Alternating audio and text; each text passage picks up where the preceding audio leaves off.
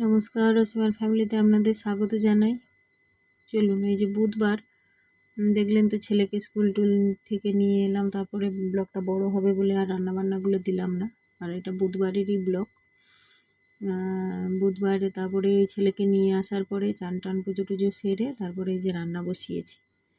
রান্না বলতে আগের দিন তো দেখলেন যে দেওয়ার এসেছিলো, মাংস হয়েছিল, তারপরে মাছও অল্প কটা ভেজেছিলাম। তা মাছ পড়েছিল, সেগুলো ভাবলাম মানে পরের দিন আবার বৃহস্পতিবার দুটো রেখে কি করব, সবই ভেজে নিই, সবই রান্না করে নিই, দুবেলা হয়ে যাবে। আর একটুখানি ওই কুমড়ো আলু সজনে ডাঁটাটাও আগের দিন নিয়ে এসেছিলো, তো ওটাও তো শুকিয়ে যাবে, তাই ওটাকে কেটে নিয়েছি। আর একটুখানি উচ্ছে আলু ভাজা করছি। অ্যাকচুয়ালি উচ্ছে নিয়ে এসেছিলো ওর বাবা, কয়েকদিনই ভাতে দিয়ে খাওয়া হচ্ছে, কিন্তু ভাজা আর হচ্ছে না। ভাতে দিয়ে তো আমরা খাচ্ছি, কিন্তু মেয়ে তো ছেলে মেয়ে আর খাচ্ছে না, যার জন্য একটুখানি ভাজা করলাম, যে আলু দিয়ে একটুখানি ভাজা করলে ওরা তবু একটুখানি খায়। আর আমি একটু উচ্ছে ভাজাটা আলাদা রকম করি, মানে একটুখানি পেঁয়াজ দিই, একটু কাঁচা লঙ্কা, একটুখানি রসুনও মানে কুচি করে বা থেঁতো করে দিয়ে দিই, যাতে উচ্ছে ভাজাটার টেস্টটাই বদলে যায়, আর বাচ্চারাও পছন্দ করে, তো সেই জন্য ওরা ভালোভাবে খায়। এই যে আমার মাছ ভাজা হয়ে গেছে, মানে হয়ে গেছে, একবার দিয়েছি, এখনও মুড়ো টুড়োগুলো আছে, ওগুলো ভাজা করব। আর একটুখানি ভাজলাম, যে একবেলার মতো যাতে খাওয়া হয়ে যায়। আর উচ্ছেটা দুবার ভালো লাগে না, তেতো তো, তাই। আর এই যে ভাত সব বসিয়ে দিয়েছি, আর তো কিছু মশলা বেশি লাগে না। এই যে এরকম করে আপনারা কখনো বানিয়ে দেখবেন, খুব ভালো লাগে, টেস্টি লাগে। লোক দেখলে ভাববে যে উচ্ছের মধ্যে পেঁয়াজ, এটা আবার কীরকম, কিন্তু খুব ভালো লাগে। পারলে একটু রসুন থেঁতো করে দিলে আরও ভালো লাগে। আমি তো রসুন দিলাম না এটায়, কিন্তু আমি অন্য সময় করি। রসুন একটুখানি থেঁতো করে দিয়ে উচ্ছে ভাজার মধ্যে দিলে, উচ্ছে ভাজা বা যে কোনো শাকের মধ্যে দিলে খুব ভালো লাগে ভাজাভুজি। এই যে আমার এই মাছটা ভাজা হয়ে গেল, আর বাকি ওই মুড়ো লেজা এইগুলো আছে, সব ভেজে নেব। আর দুবেলা হয়ে যাবে, আর রাখারও প্রয়োজন নেই, পরের দিন আবার বৃহস্পতিবার। আর এমনিতেই এখন মাছটা যত আর ভালো আসে না, পাওয়াও যায় না। এমনি ওরা নিয়ে এসে বরফে রাখে, আবার নিয়ে এসে ফ্রিজে আবার বের করে, তো সেই হিসেবে এখন আর মাছের কোনো স্বাদও সেভাবে ভালো পাওয়া যায় না। আর মানে রেখে রেখে ফ্রিজে রেখে রেখে আরও খারাপ হয়ে যায়। তাই এই যে আমার উচ্ছে ভাজা হয়ে গেছে, আর এদিকে ওই কুমড়ো আর সজনে ডাঁটা আলু দিয়ে তরকারিটা করে নেব। তাই একটুখানি ওই যে 5 ফোড়ন, শুকনো লঙ্কা আর তেজপাতা দিলাম। আর এই যে কুমড়ো আর আলুটা দিয়ে দিলাম, একটুখানি নেড়ে নেব। আর একটুখানি ভাবছি সয়াবিন দেব, কারণ আমাদের তো জানেন সয়াবিন ভক্ত। মেয়ে তো খাবে না, মেয়ে তো আবার মাঝে মাঝে মাছ খায় না। ছেলেও আবার মানে খেয়াল খুশি, ছেলে তো অনেক দিন ধরে মাছই খাচ্ছে না, তো সেই জন্য একটুখানি সয়াবিন দিয়ে রাখলে তাহলে ওরা আলু আর সয়াবিনটা খেতে পারবে, তাহলে আর অসুবিধা হয় না। কারণ আজকে সেভাবে এত রান্না নেই, উচ্ছেতে তো সেটাও অতটা ভালোবাসবে না, তার জন্য একটুখানি সয়াবিনও ভিজিয়ে রেখেছি, ওর মধ্যে দিয়ে দেবো। আর এমনি খারাপও লাগে না, সয়াবিন দিলে ভালোই লাগে। এই যে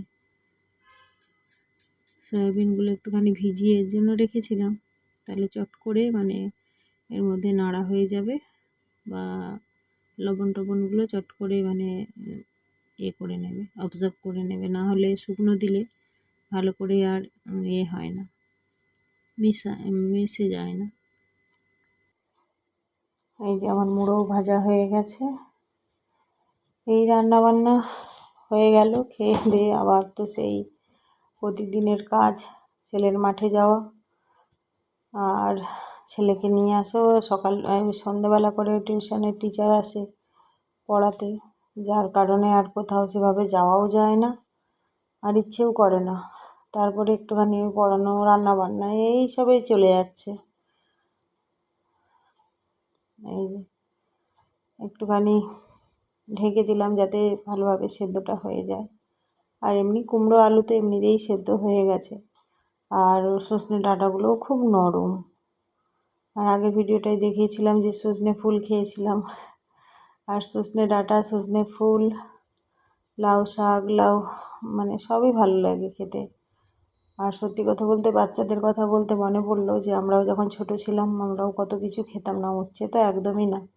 উচ্ছে, কুমড়ো, পটল কত কী সবজি ছিল যে আমরা খেতাম না, পাতেই নিতাম না। তো যাই হোক, বয়সের সঙ্গে সঙ্গে সবের রুচি, স্বাদ সব কিছু বদলায়।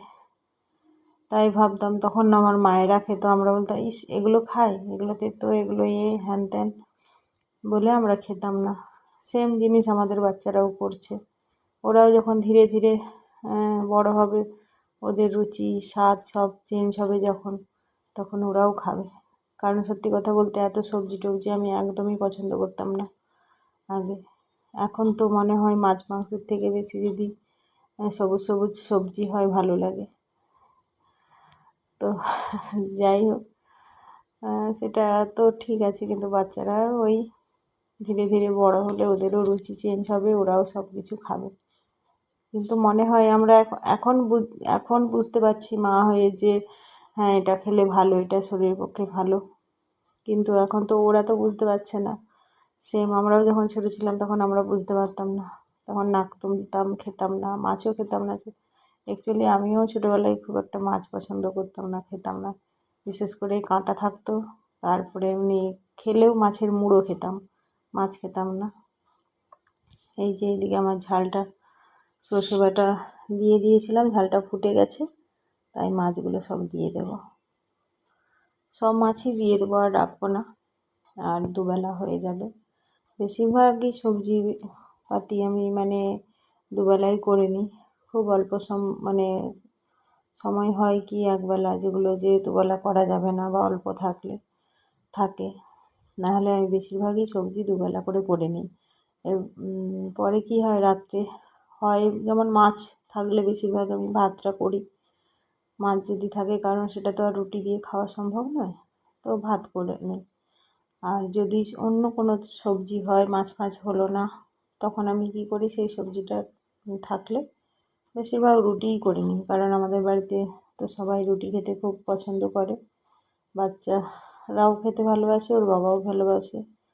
আর রুটিটা হলে কি হয়, বেশি করে রুটি করে নিলাম, একদম সন্ধে মানে রাত্রেবেলাও খাওয়া হয়ে গেল, আবার সকালবেলা টিফিনেও হয়ে যায়। আর আমি অতটা রুটি অপছন্দ বলতে খাই, কিন্তু আমার আবার 1 পিস 2 পিস খেয়ে তারপরে আবার ভাত কিংবা মুড়ি এইসব লাগে। আমি আবার কন্টিনিউ শুধু রুটি খেয়েও আবার থাকতে পারি না। তো যাই হোক, রান্না বান্না তো হয়ে গেল, খাওয়া দাওয়াও হয়ে গেছিলো। আর বাবা মাঠে দিয়ে ছেলেকে দোকানে গেল। আর আজকে আমার ভীষণ দেরি হয়ে গেছে আসতে ছেলেকে নিতে। আর এই দেখুন খেলা শেষ হয়েছে, এক্সারসাইজ করছে। আর আজকে ছেড়েছেও অনেক দেরি করে, কারণ অনেক অন্ধকার হয়ে গেছে, লাইট টাইট চারিদিকে চলে গেছে। তো আস্তে আস্তে দেখলাম যে খেলা সব শেষ, সব এক্সারসাইজ হচ্ছে। তো আমি বললাম যে আজকে অনেকটা দেরি হয়ে গেছে।